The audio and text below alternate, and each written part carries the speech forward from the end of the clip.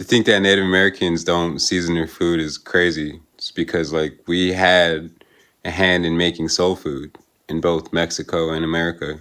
We collard greens, all that stuff. That's part of our cuisine.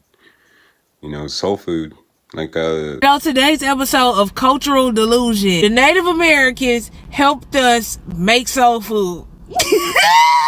Okay, what? Have you ever had steak and cornbread? It's the traditional Mohawk Sunday morning breakfast. Now when you think cornbread, you're probably thinking that golden, light, and fluffy, almost cake-like texture bread that you would eat with chili or at a cookout. But for Mohawks, our cornbread is made with cornmeal and kidney beans. You start by adding some cornmeal to a bowl, and you slowly incorporate warm water. Also add 1 can of kidney beans. Now the reason why Mohawks eat this heavier meal as part of their Sunday morning breakfast goes back to when the native ironworkers of Kahnawake were building up the New York City skyline. Before the interstate was complete, Mohawks of Kahnawake would travel 10 to 12 hours from Kahnawake, Quebec, down to New York City. This heavier meal would not only keep them full, but give them leftovers for the road. Many Mohawks would also eat this after attending church. Since Kahnawake Mohawk territory was originally a Jesuit missionary, there were and still are a lot of people in the territory that attended Sunday Mass, and afterwards would come home and have the cornbread. After you form your cornbread patties, you're going to want to boil them. The boil time depends on the size that you've made, and I usually leave mine in for 20 to 30 minutes. For the traditional Mohawk Sunday morning breakfast, you want to pair with steak and sausage. Today I'm frying up 2 thinner pieces of steak, seasoning lightly with salt and pepper, and then into the same pan, I'm adding my sausage. These are basic breakfast sausages, and you want to cook them until they're seared on all sides. In the same pan, you can add some butter and flour to make a gravy, although some Mohawks use tomatoes and make a red sauce. Once your gravy is prepared, you can pour it over your cornbread, steak, and sausage. Those who've never tried cornbread before might find it a little bit plain. It has a similar flavor and texture to tamale without any meat filling, so you get your flavoring from the gravy and the meat. So if you want to start your Sunday morning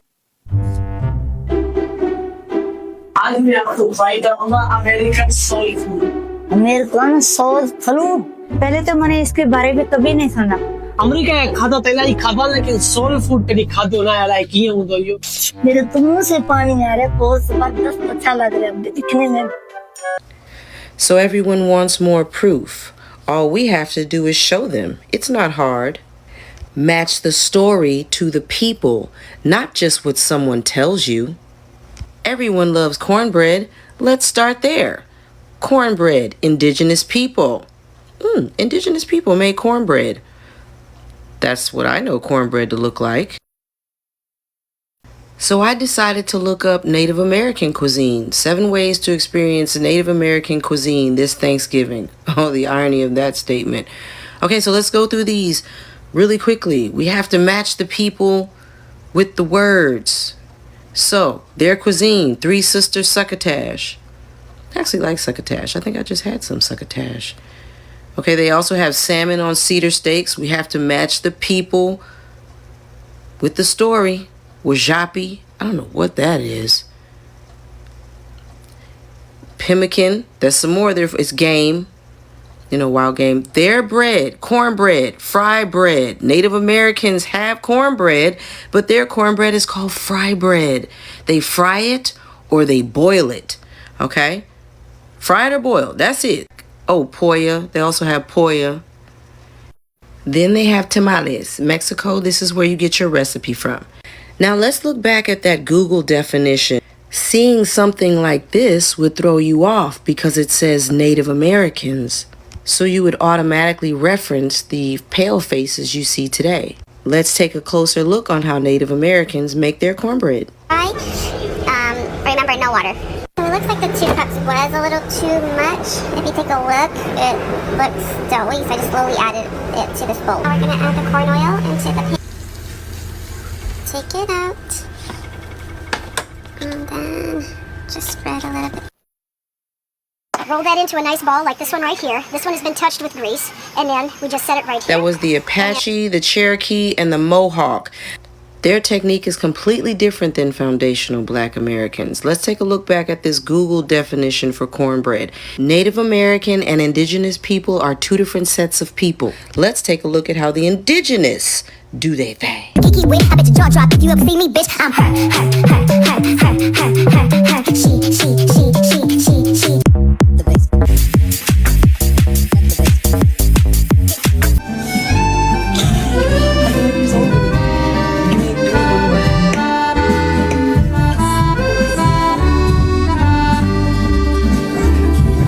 There's no words. There's no words.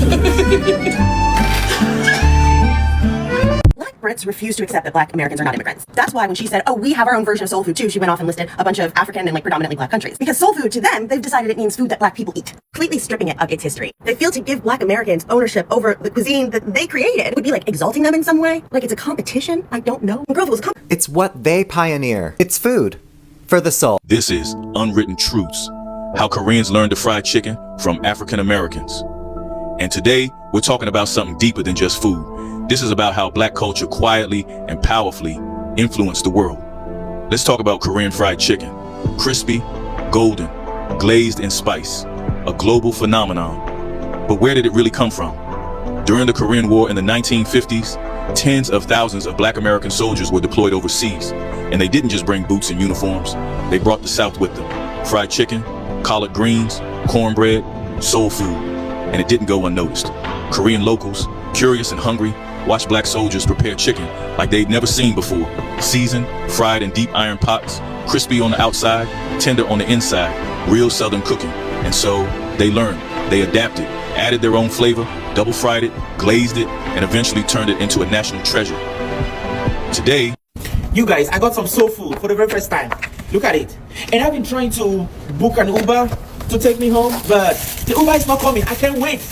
I just want to try it so fast, you guys. I've been trying to get home for like, so you have the collard green, you have the chicken, you have the mac and cheese, and you also have the cornbread. This is the cornbread. You guys, I've never tried this before. Last night I just got this spirit came into me like, you have to try soul food. And I told myself I was gonna get soul food today. Yeah, let's try soul food. I can't wait for the Uber. I have to try. I'm on the streets. Yeah. Jesus Christ. Oh my God. Oh my God.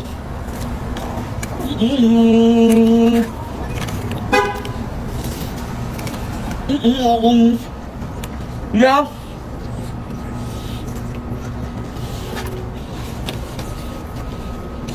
I'm sorry. Jesus Christ. The collard green so sweet and soft. Let's try the cornbread. Yeah, I'm going to look at. I mean, IXV. Cornbread. Oh God! Now I see the hype.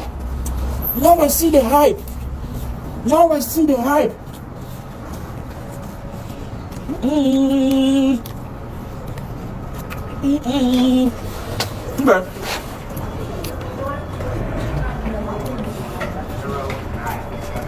Oh my God.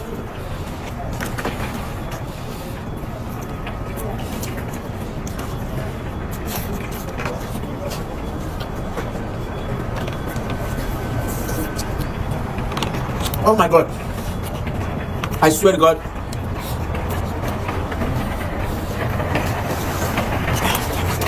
I'm gonna get some before going home. Wait, what? I've been missing.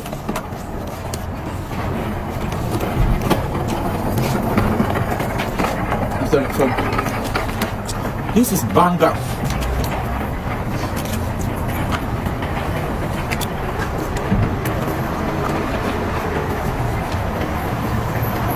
Oh my God! Yeah, it's so good. I swear to God. Yeah.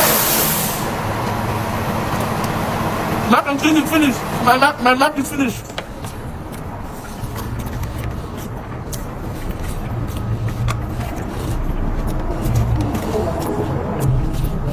Yeah. One mac and cheese scoop. One. One. For $20. Can you imagine?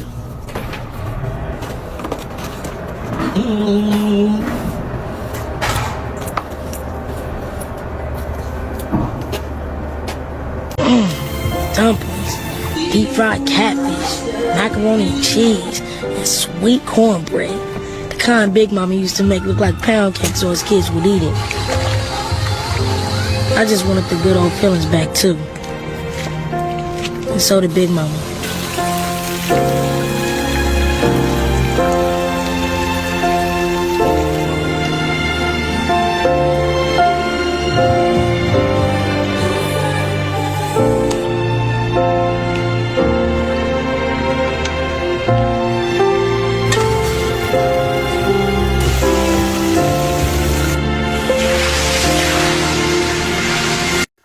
To think that Native Americans